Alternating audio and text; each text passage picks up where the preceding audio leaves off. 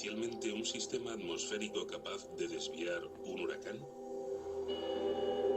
El profesor Emanuel cree que se podría hacer aprovechando la ciencia que rige la atmósfera. La teoría del caos. Es un poco complicado llegar a entender lo sensible que es la atmósfera. Ed Lorenz, que es ampliamente considerado como el padre de la teoría del caos, la demostró con la noción de que el aleteo de una mariposa en Perú puede provocar semanas más tarde un tornado en Texas. Es muy difícil llegar a darse cuenta de que esto no es ninguna metáfora, sino que es realmente verdad. La atmósfera es un ejemplo perfecto de un sistema caótico. Esto significa que las pequeñas perturbaciones que ocurren en un lugar desencadenan una serie de acontecimientos que pueden acabar produciendo cambios a gran escala en la atmósfera en otra parte del planeta. Entonces la idea es, ¿se puede domar a esa mariposa? ¿Se puede introducir una mariposa en el lugar adecuado en el momento idóneo para que tenga el efecto deseado? Pongamos por caso un posible escenario. El primer paso es ejecutar un amplio programa informático que te dice que si el huracán que se acerca a Miami tiene que evitar Miami, tienes que alimentar la atmósfera en alguna parte sobre el Océano Pacífico Oriental, al oeste de Estados Unidos. Entonces enviaría una flota de aviones, especialmente diseñados, que dejarían unas estelas de condensación de, digamos, un polvo negro de carbono fino, no contaminante del medio ambiente, en una capa que flota hacia el oeste en altura. Una capa de 1000 kilómetros de longitud, pero no muy ancha, que posteriormente absorbería la luz del sol e introduciría una perturbación de temperatura muy pequeña, una perturbación de medio grado. Al esparcir polvo de carbono en el cielo, al ser negro, absorbería la luz del sol y calentaría ligeramente el aire. Si se hace correctamente, esta pequeña variación de la temperatura o perturbación podría provocar efectos a gran escala. La atmósfera amplificaría de forma natural esta perturbación en la temperatura y según se desplaza hacia el este sobre Estados Unidos, este sistema provocaría un sistema atmosférico normal o de bajas presiones que solemos tener continuamente, pero que ahora ocurriría donde y cuando nosotros queremos. 3 días después, comenzaría a interactuar con nuestro huracán, desviándolo hacia el interior del mar y nunca llegaría a tierra.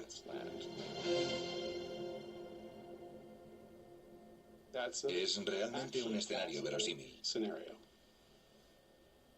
Esta idea, aunque prometedora, ha de probarse aún en la realidad. Hay, no obstante, otra idea sobre la modificación de huracanes que fue probada en la década de 1960 tras una serie de tormentas devastadoras.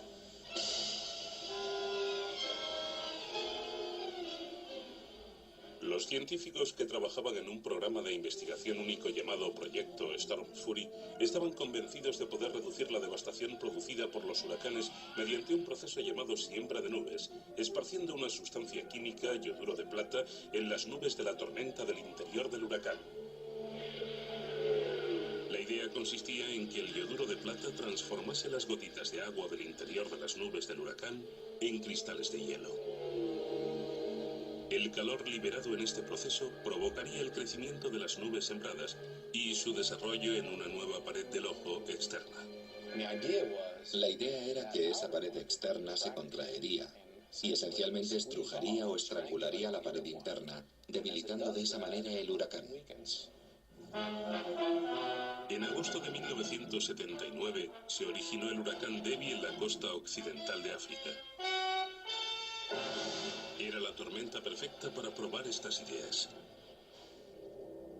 El Dr. Robert Sheets era uno de los científicos que tomaron parte en este extraordinario experimento. Estábamos todos nerviosos. Todos los que íbamos en ese vuelo estábamos nerviosos, incluso antes de llegar allí, porque sabíamos que íbamos a hacer algo muy peligroso, poniendo el avión al límite. El avión del Dr. Sheets se dirigía hacia la pared del ojo de Debye, la parte más peligrosa del huracán, donde los vientos pueden alcanzar los 290 kilómetros por hora. Lo podíamos ver en el radar.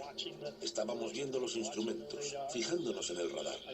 Yo estaba esperando, preguntándome qué iba a pasar, agarrado a mi asiento. ¿Cuándo vamos a llegar? ¿Cuándo vamos a llegar? Y de repente... ¡zum!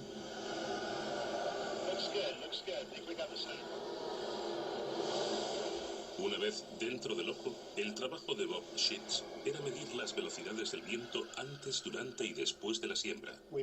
Medimos las velocidades máximas sostenidas del viento y eran de unos 185 kilómetros por hora.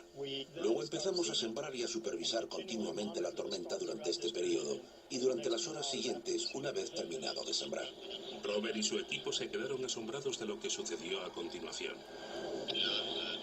Y el resultado final era que la velocidad del viento había bajado a menos de 160 kilómetros por hora.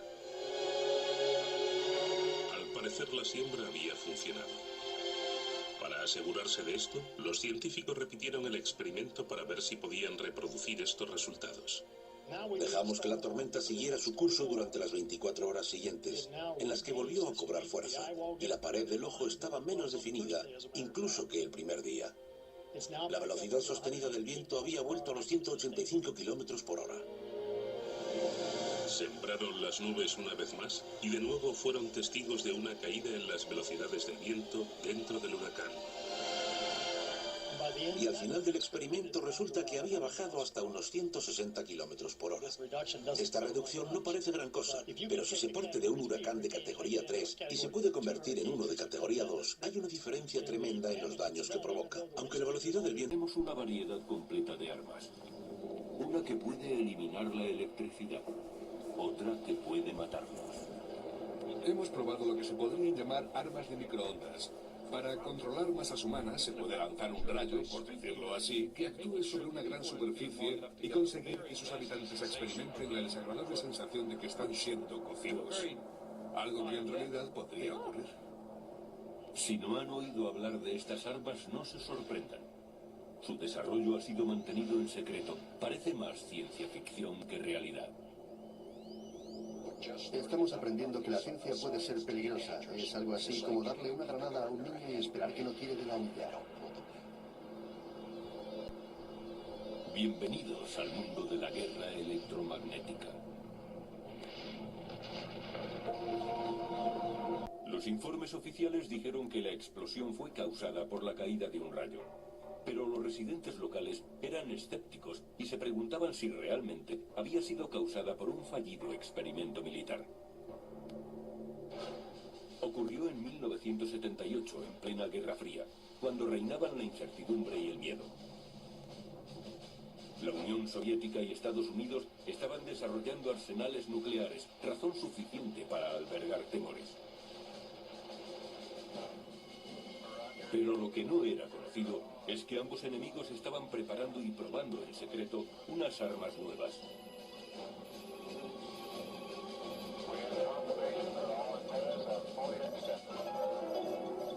Cuando ocurrió aquel suceso en Belle Island, las armas electromagnéticas o de energía dirigida venían siendo estudiadas desde hacía 30 años.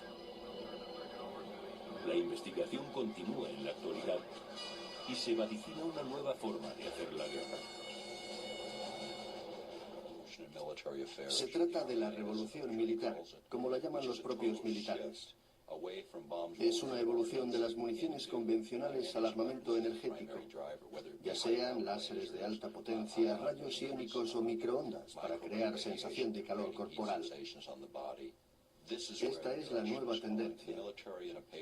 Los militares hablaron en un documento de 1989 de la revolución militar y de los conflictos bélicos, refiriéndose a este cambio, y lo consideraron similar al de la introducción de la pólvora en la Europa medieval o al uso de la energía atómica en el último siglo.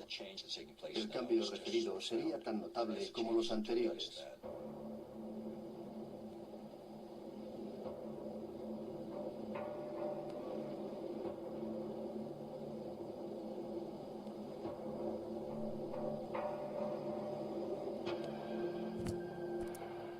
Se ha dicho que